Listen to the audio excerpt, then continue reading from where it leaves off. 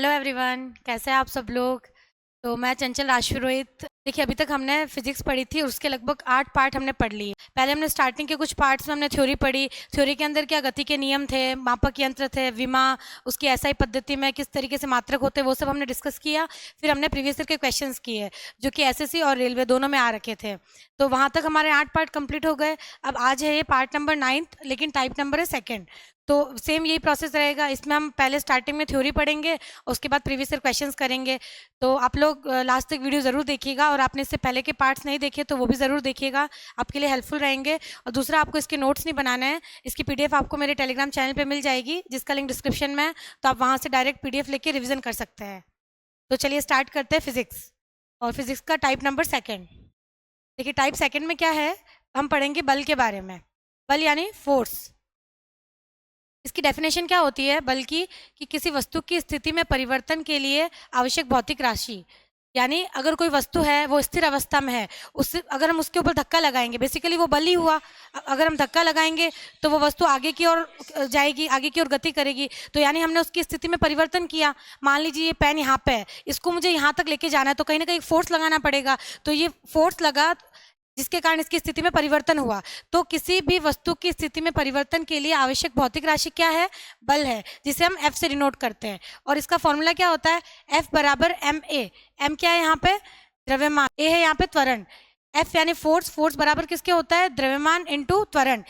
इसको हम एक ट्रिक से भी याद रखते हैं, F बराबर ma यानी फादर बराबर माँ। तो हम इसका मात्रक पढ़ते हैं। इसका मात्रक क्या है, किलोग्राम मीटर पर सेकेंड स्क्वायर, या फिर न्यूटन। देखिए, जो बल है इसके बराबर में क्या है, द्रव्यमान। द्रव्यमान का मात्रक क्या होता है, द्रव्यमान को हम डिनोट करते हैं किलोग्राम से या फिर ग्राम से। तो वो एज इट इज हमने लिख दिया किलोग्राम। और जो ए त्वरण है, त्वरण का मात्रक क्या होता है, मीटर पर सेकेंड स्क्वायर। तो इसको हमने एज इट इज गुणा में लिख दिया। तो टोटल हमारा क्या मात्रक बना, किलोग्राम मीटर पर सेकेंड स्क्वायर। तो एग्जाम में ये भी ऑप्शन में हो सकता है, न्यूटन भी हो सकता है। अब देखिए, ये दोनों तो काफी कॉमन हो गए। आजकल एग्जाम में क्या पूछता है, डाइन। जो बल का मात्रक है, 1 न्यूटन जो है वो किसके बराबर होता है, 10⁵ डाइन के बराबर होता है। तो ये चीज भी हमें ध्यान देनी है। कई बार ऑप्शन में आपको डाइन दिखेगा, ये सीजीएस पद्धति में इसका मात्रक डाइन होता है। देखिए, मैं ज्यादा डिटेल में लेके नहीं चल रही हूँ। जहां से एग्जाम में क्वेश्चन उठते हैं बस वही हम शॉर्ट में थ्योरी पढ़ेंगे, शॉर्ट में क्वेश्चन करेंगे, दैट्स इट। ज्यादा डिटेल में नहीं है कि एक होता है ना फिजिक्स, हम कहाँ से क्या चीजें निकली, वो सब मैं बिल्कुल डिस्कस नहीं करने वाली हूँ। तो होप आपको यहाँ तक समझ में आया होगा। अब देखिए, सबसे पहले हमने बल की परिभाषा पढ़ी, का मात्रक पढ़ा। अब आते हैं बल के प्रकार, यानी कितने टाइप के बल होते हैं, फोर्स कितने टाइप के होते हैं। तो देखिए, बल टोटल 9 प्रकार के होते हैं। सबसे पहले हम इन 9 बलों की परिभाषाएं पढ़ेंगे, डेफिनेशन पढ़ के फिर इनके फॉर्मूलाज पढ़ेंगे, और एग्जाम में क्वेश्चन वहीं से आते हैं। तो देखिए, सबसे पहला बल आता है हमारा गुरुत्वाकर्षण बल। ये तो आपने सुना ही होगा, स्टार्टिंग से हम पढ़ते आए हैं। सेकेंड है चुंबकीय बल। थर्ड है स्थिर वैद्युत बल।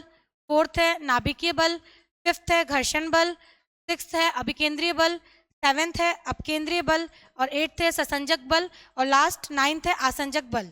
ये 9 बल है। जब हम इनकी डेफिनेशन और फॉर्मूला पढ़ लेंगे तब हमको ये रटने की जरूरत नहीं पड़ेगी। अब देखिए, फर्स्ट है गुरुत्वाकर्षण बल, ग्रेविटेशनल फोर्स। इसके बारे में हम पढ़ेंगे, इसका फॉर्मूला और इसके एग्जाम्पल। तो इसकी डेफिनेशन क्या होती है, दो पिंडों या फिर बॉडी के मध्य लगने वाला आकर्षण बल। Fg दोनों पिंडों के द्रव्यमान के गुणनफल के समानुपाती होता है, और जितना अधिक द्रव्यमान होता है F उतना ही अधिक होगा। देखिए, ये लाइन में क्या कहा गया है कि दोनों पिंडों के जो द्रव्यमान है उनके गुणनफल के समानुपाती होता है।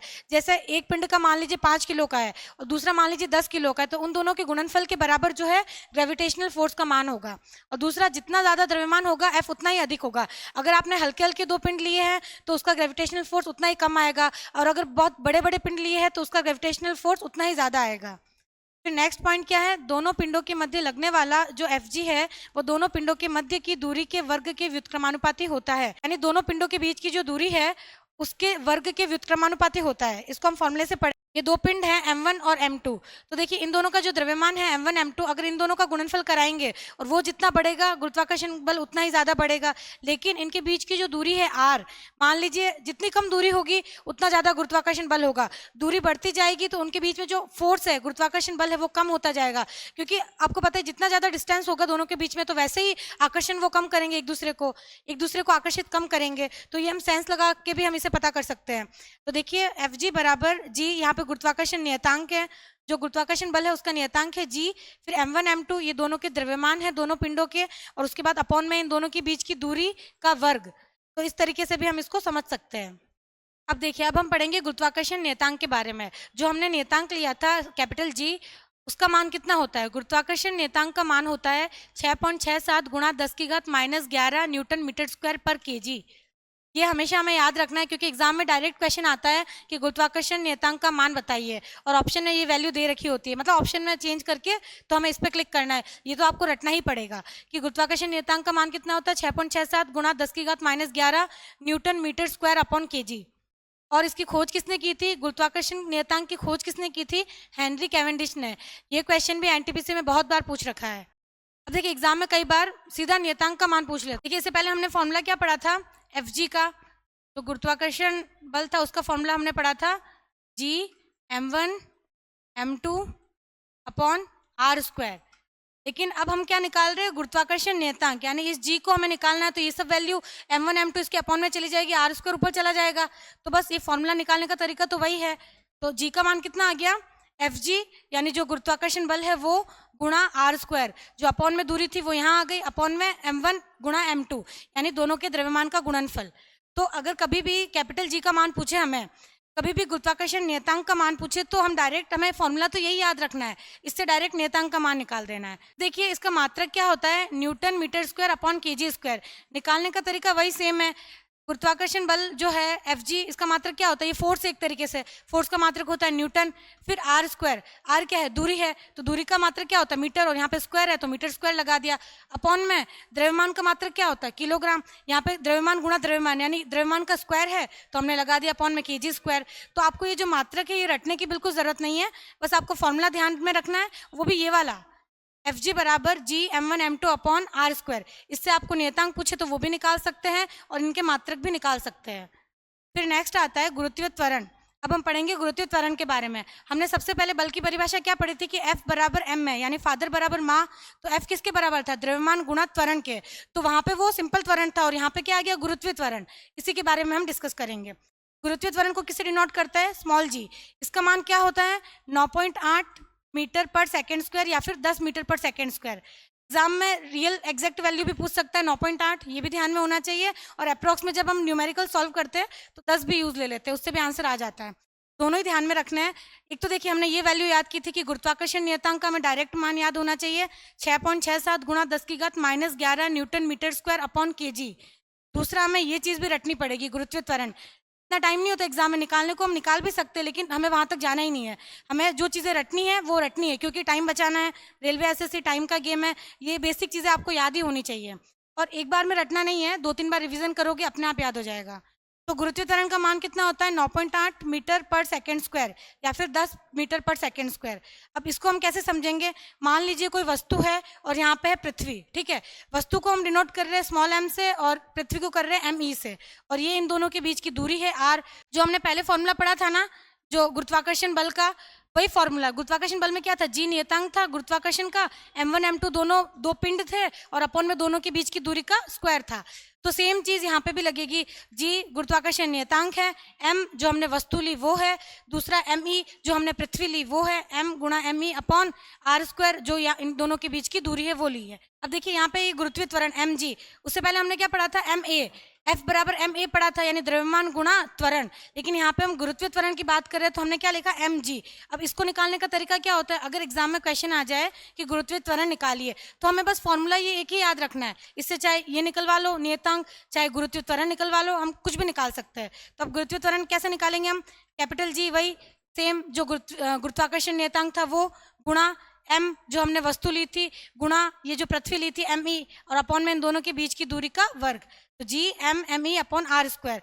अब देखिए, ये m यहाँ पे द्रव्यमान था, ये भी m द्रव्यमान, तो m से m तो वैसे ही कट गया। तो हमारे पास ओनली गुरुत्वीय त्वरण का मान कितना रहा? स्मॉल जी बराबर कैपिटल जी जो कि नियतांक है, me जो हमारी पृथ्वी का द्रव्यमान है वो, अपॉन में दोनों पिंडों के बीच की दूरी का वर्ग। ये वाला जो द्रव्यमान है ये इससे कट गया। तो बस अब इसको रटना नहीं है, अगर हमें ये फॉर्मूला याद है, इससे हम बस, हमें समझ में आनी चाहिए चीज़ें, उससे हम ये चीज़ भी निकाल सकते हैं। और वापस इसका मात्रक क्या हो जाएगा? मीटर पर सेकेंड स्क्वायर। ये अब देखिए, सबसे पहले हमने बल की परिभाषा पढ़ी, फिर गुरुत्वाकर्षण बल की परिभाषा पढ़ी और उसका फॉर्मूला पढ़ा, और उसका मात्रक क्या होता है उसके बारे में हमने डिस्कस किया। अब हम पढ़ेंगे इसके जो प्रीवियस ईयर क्वेश्चन आ रखा है उसके बारे में, कि एग्जाम में आपको किस टाइप से क्वेश्चन मिलेगा। तो क्वेश्चन क्या है हमारा? गुरुत्वीय त्वरण का मान किस पर निर्भर नहीं करता है? देखिए, वस्तु के द्रव्यमान पर ये निर्भर ही नहीं करेगा, क्योंकि हमने स्टार्टिंग में क्या पढ़ा था, फॉर्मूला में हमने क्या पढ़ा था, जी एम, और बराबर में क्या था हमारे पास, कैपिटल जी एम वस्तु का द्रव्यमान और एम ई पृथ्वी का द्रव्यमान था, और अपॉन में क्या लिखा था हमने, आर स्क्वायर। तो इस एम से ये एम कट गया था, यानी कहीं ना कहीं वस्तु के द्रव्यमान पर तो हमारी चीज डिपेंड ही नहीं रही। तो इस तरीके से हमारा राइट आंसर होगा सी ऑप्शन, वस्तु के द्रव्यमान पर ये निर्भर नहीं करेगा। बीच की दूरी पर निर्भर कर रहा है, देखिए बीच की दूरी है, इस पर निर्भर कर रहा है, और पृथ्वी के द्रव्यमान पर, इस पर भी निर्भर कर रहा है। तो हमारा राइट आंसर होगा ऑप्शन नंबर सी। नोट, जी का मान वस्तु के द्रव्यमान रंग पर निर्भर नहीं करता, अर्थात निर्वात या अंतरिक्ष में दो हल्की एवं भारी वस्तुओं के लिए जी का मान एक समान होगा। देखिए यहाँ पे क्या चीज बताई गई है, जी का मान जो वस्तु के द्रव्यमान पर और रंग पर निर्भर नहीं करता, यानी वस्तु कोई मैटर ही नहीं करती हमारे लिए, वो कितनी भारी है या किस रंग की है उससे कोई मतलब नहीं, क्योंकि देखिए एम से एम वैसे ही कट गया, यानी वस्तु का द्रव्यमान तो वैसे ही कैंसिल हो गया। तो जब हम अगर वस्तु को अंतरिक्ष में लेके जाए, वहां पे कंपैरिजन करें, तो अगर आप किसी कागज को गिरा रहे हो या फिर किसी बड़े से पिंड को, दोनों सेम टाइम पे नीचे आएंगे, क्योंकि द्रव्यमान और रंग तो मैटर ही नहीं कर रहा है। तो ये चीज हमें ध्यान रखनी है। अब देखिए, निर्वात यानी जहाँ पर हवा नहीं है, निर्वात का मतलब क्या होता है, जहाँ पे हवा नहीं है बिल्कुल भी। पे कागज व पत्थर को एक समान ऊंचाई से छोड़ा जाए तो दोनों एक साथ पृथ्वी पर गिरेंगे।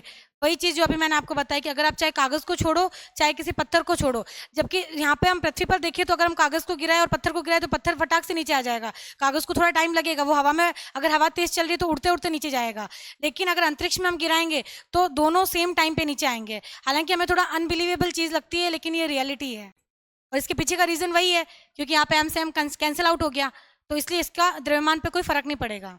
अब देखिए, इसके बारे में हम कुछ पॉइंट्स और डिस्कस कर लेते हैं, जहाँ से एग्जाम में नॉर्मली क्वेश्चंस आ जाते हैं। तो पृथ्वी की सतह पर अगर कोई वस्तु है या फिर कोई पिंड है, तो वहां पे गुरुत्वीय त्वरण का मान क्या होगा। ये पृथ्वी है मान लीजिए, और ये पृथ्वी की सतह पर कोई वस्तु पड़ी है या फिर कोई पिंड है, तो यहाँ पे क्या होगा, पृथ्वी की सतह पर जी का मान सर्वाधिक होता है। अगर पृथ्वी की सतह पर कोई वस्तु है या फिर पिंड है, तो वहां पे गुरुत्वीय त्वरण का मान सर्वाधिक होगा। ये चीज हमें याद रखनी है, और इसका मान कितना होगा, 9.8 या फिर 10 मीटर पर सेकेंड। ठीक है। अब एक और चीज हमें ध्यान देनी है कि पृथ्वी के सतह से ऊपर या फिर नीचे जाने पर जी का मान कम होता है, और पृथ्वी के केंद्र एवं अंतरिक्ष में जी का मान 0 होता है। ये चीज भी बहुत इंपॉर्टेंट है। देखिए, वस्तु की सतह पर, वस्तु जब पृथ्वी की सतह पर थी तब तो जी का मान कितना था, 9.8 मीटर था। लेकिन जैसे ही हम वस्तु की सतह से ऊपर यानी अंतरिक्ष में ले गए चीज को, कोई भी वस्तु थी तो उसको हम अंतरिक्ष में ले गए तो जी का मान 0 हो गया। अंतरिक्ष में तो फर्क ही नहीं पड़ता। वही सेम चीज अगर हम वस्तु को केंद्र में लेके जा रहे हैं, वस्तु या फिर कोई पिंड है उसको पृथ्वी के केंद्र में लेके जा रहे हैं, तो वहां पर भी जी का मान 0 होगा। अगर पृथ्वी की सतह पर कोई वस्तु है तो वहां पे मान होगा सर्वाधिक, उसके अलावा केंद्र पर 0, अंतरिक्ष में 0, और केंद्र की तरफ जा रहा है तब भी मान कम होता जाएगा, 0 नहीं होगा लेकिन कम होता जाएगा। सतह से ऊपर जा रहे हैं तब भी कम होता जाएगा। इतनी देर तो हमने त्वरण के बारे में पढ़ा, अब वापस गुरुत्वाकर्षण बल के बारे में बात करते हैं। देखिए, मान लीजिए हमारी पृथ्वी है, एक तो आपको ये चीज पता होनी चाहिए कि पृथ्वी का आकार, पृथ्वी गोल नहीं होती है, चपटी होती है, अंडाकार होती है या फिर जियोड शेप की होती है। ये चीज हमें ध्यान में रखनी है, यानी जो पृथ्वी की जो चौड़ाई है कहीं ना कहीं लंबाई से ज्यादा होती है। तो अब देखिए, एफ जी जो गुरुत्वाकर्षण बल है, इसका फॉर्मूला हमने क्या पढ़ा था कि G m1 m2 upon R square, यानी आर अगर घटेगा तो बल बढ़ेगा और आर बढ़ेगा तो बल घटेगा। ये चीज हमें ध्यान रखनी है। लेकिन द्रव्यमान, अगर द्रव्यमान दोनों के ज्यादा हो रहे हैं तो बल भी बढ़ेगा, द्रव्यमान कम हो रहे हैं तो बल घटेगा। तो ये बेसिक चीजें हमें ध्यान में देनी है। अब देखिए, आप जो ध्रुव है और यहाँ पे पृथ्वी का केंद्र है, यहाँ से ध्रुव की तरफ जो डिस्टेंस है वो भूमध्य रेखा होती है सेंटर में पृथ्वी के एकदम। तो जो ये भूमध्य रेखा है, केंद्र से भूमध्य रेखा के बीच की दूरी कहीं ना कहीं ध्रुव से ज्यादा है, और अगर दूरी, जो बीच की दूरी है वो बढ़ेगी तो गुरुत्वाकर्षण कम होगा। देखिए, क्योंकि ये अपॉन में है, जो चीज व्युत्क्रम में होती है अगर उसका मान बढ़ेगा तो बल का मान कम होगा, और उसका मान कम होगा तो बल का मान बढ़ेगा। तो यहाँ पे दूरी है कम, तो यानी कहीं ना कहीं जब हम ध्रुव की तरफ जाएंगे तो गुरुत्वाकर्षण का मान भूमध्य रेखा के कंपेरिजन में ज्यादा होगा। ठीक है। तो यही चीज यहाँ पे लिखी हुई है कि भूमध्य रेखा की तुलना में ध्रुवों पर गुरुत्वाकर्षण बल अधिक होता है।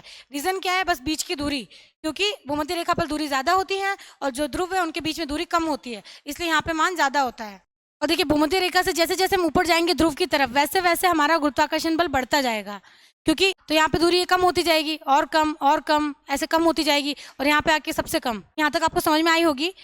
फिर नेक्स्ट क्वेश्चन आता है, गुरुत्वीय त्वरण का मान बताइए। ऑप्शन नंबर ए है हमारा, विषुवत रेखा एवं ध्रुवों पर एक समान होता है। गलत, गुरुत्वीय त्वरण का मान सेम हो ही नहीं सकता। अभी हमने पढ़ा कि भाई जब यहाँ पे जो भूमध्य रेखा है यहाँ पर तो कम होगा और जो ध्रुव है वहां पे ज्यादा होगा, तो फर्स्ट ऑप्शन तो ऐसे ही कट हो गया हमारा। सेकंड है ध्रुवों पर न्यूनतम होता है, ये भी रॉन्ग हो गया। हमने अभी पढ़ा कि ध्रुवों पर तो ज्यादा होगा, फिर थर्ड है विषुवत रेखा पर न्यूनतम होगा, तो ये एकदम राइट है, हमने अभी पढ़ा कि विषुवत रेखा या फिर भूमध्य रेखा दोनों एक ही बात होती है। यहाँ पे होगा न्यूनतम, क्योंकि यहाँ पे डिस्टेंस ज़्यादा है, दूरी बढ़ेगी तो बल कम होगा, तो ये ऑप्शन हमारा राइट होगा। फिर है ध्रुवों से विषुवत रेखा की ओर बढ़ता है, गलत। मैंने क्या बताया था कि अगर विषुवत रेखा से ध्रुव की ओर जा रहे तो बढ़ेगा, अगर ध्रुव से विषुवत रेखा की ओर जा रहे तब तो कम होगा, जैसे जैसे नीचे की ओर जाएंगे दूरी बढ़ती जाएगी और दूरी बढ़ेगी तो बल कम हो जाएगा। तो आपको समझ में आया होगा। फिर है फर्स्ट पॉइंट क्या है, पृथ्वी के केंद्र एवं आंतरिक अक्ष पर जी बराबर 0 होता है। ये भी हमने पहले डिस्कस किया था कि केंद्र या फिर जो आंतरिक अक्ष है वहाँ पे जी हमेशा 0 होता है। पृथ्वी की सतह पर जी बराबर 9.8 मीटर पर सेकंड स्क्वायर होता है। सर्वाधिक कहाँ पे होता है, पृथ्वी की सतह पर ही होता है। तो ये, और इसका मान भी हमने पढ़ा था अभी कि जी बराबर कितना होता है, 9.8 मीटर पर सेकंड स्क्वायर या फिर अप्रॉक्सीमेट 10 मीटर पर सेकंड स्क्वायर। फिर थर्ड पॉइंट आता है, भूमध्य रेखा से ध्रुवों की ओर जाने पर जी का मान बढ़ेगा, ध्रुव पर जी का मान अधिक होगा। ये अभी हमने डिस्कस किया कि भूमध्य रेखा से जैसे जैसे ध्रुव की ओर जाएंगे वैसे वैसे हमारा बल बढ़ेगा, और अगर ध्रुव से भूमध्य रेखा की तरफ जाएंगे तो फिर मान कम होगा। तो देखिए ये थी हमारी फिजिक्स की एकदम छोटी सी क्लास, 10-15 मिनट की थी, और मैं ऐसी आशा करती हूँ कि जो भी मैंने चीज़ें बताई है आपको समझ में आई होगी। हालांकि मैं ज़्यादा डिटेल में नहीं गई, मैं ऐसा मान के चल रही हूँ कि आपको चीज़ें आती है थोड़ी बहुत, बस रिवीजन हो गया, और थोड़ी बहुत चीज़ें रटने की वो आपको भी रटनी है और मुझे भी रटनी है, क्योंकि हमारे पास इतना टाइम नहीं है कि हम बेसिक से चीज़ें निकालें। एग्जाम के आगे 1-1.5 महीने का टाइम है, बस फटाफट रिविजन किया, थोड़ा बहुत दिमाग में रहेगा, एग्जाम में ऑप्शन क्लिक करके आगे बढ़ेंगे। तो इसकी पीडीएफ आपको मिल जाएगी मेरे टेलीग्राम चैनल पे। आपको ये क्लास पसंद आई तो प्लीज़ कमेंट से ज़रूर बताइएगा, ताकि मैं इसकी नेक्स्ट क्लास और लेके आऊँ। बस छोटी छोटी क्लासेस है और इसमें आपकी फिजिक्स पूरी कंप्लीट हो जाएगी। उसके बाद हम इसी तरीके से केमिस्ट्री और बायोलॉजी भी पढ़ लेंगे। Thank you so much.